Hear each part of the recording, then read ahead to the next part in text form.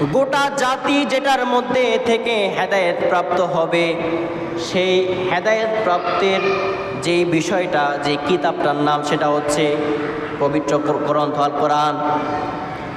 এ কোরআন থেকেও আমার রাসূল দামি, কেননা আমার আল্লাহ পাক রব্বুল আলামিনে কোরআনের দায়িত্ব, সম্পূর্ণ দায়িত্ব আমার নবী পাক সাল্লাল্লাহু আলাইহি ওয়াসাল্লামকে দান করে দিয়েছে।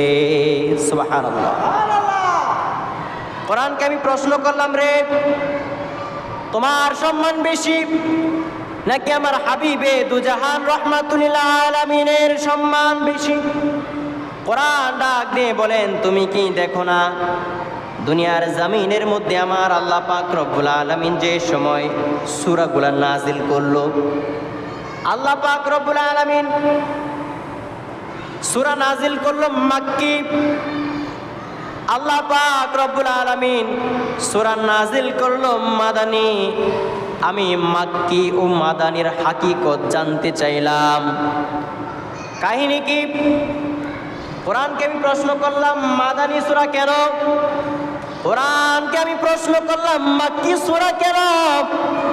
কোরআন ডাক দিয়ে বলছে, তুমি কি জানো না আমার নবী সাল্লাল্লাহু আলাইহি ওয়াসাল্লাম যে সময় মক্কার জমিনের মধ্যে থেকেছে, ওই সময় আমার নবী পাক সাল্লাল্লাহু আলাইহি ওয়াসাল্লাম মক্কার জমিনে থাকার কারণে আমার আল্লাহ পাক রব্বুল আলামিন মক্কার মধ্যে কোরআনকে নাজিল করে দিয়েছে। বলেন সুবহানাল্লাহ। আমি আবার কোরআনকে প্রশ্ন করতে লাগলাম, এর কোরআন আবার দেখি মাঝে মধ্যে মাদানী সূরা, কাহিনী কি রে কোরআন? কোরআন ডাক দিয়ে বলেন, তুমি কি দেখো না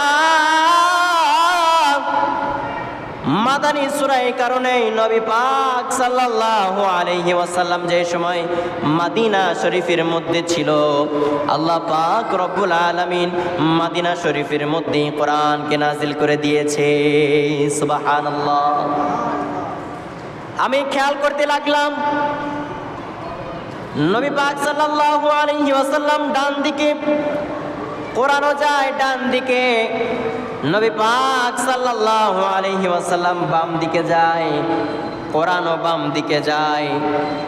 নবী পাক সাল্লাল্লাহু আলাইহি ওয়াসাল্লাম মক্কার দিকে যায়, কোরআনও সাথে সাথে মক্কার দিকে যায়।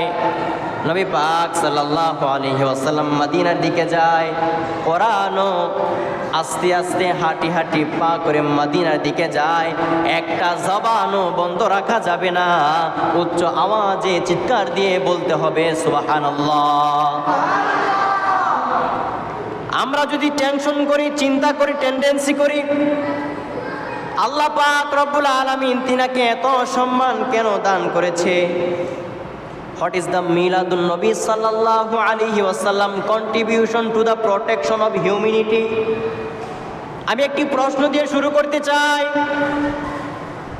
আল্লাহ পাক রব্বুল আলামিন তিনাকে দিয়েছে কোরআন, তিনাকে কোরআন দিয়ে তিনার সাথে ইসলামকে রূপান্তরিত করে তিনাকে রহমত হিসাবে দুনিয়ার জমিনের মধ্যে 12 রবিউল আউয়ালের মধ্যে পাঠিয়ে দিয়েছে। পড়েন সুবহানাল্লাহ।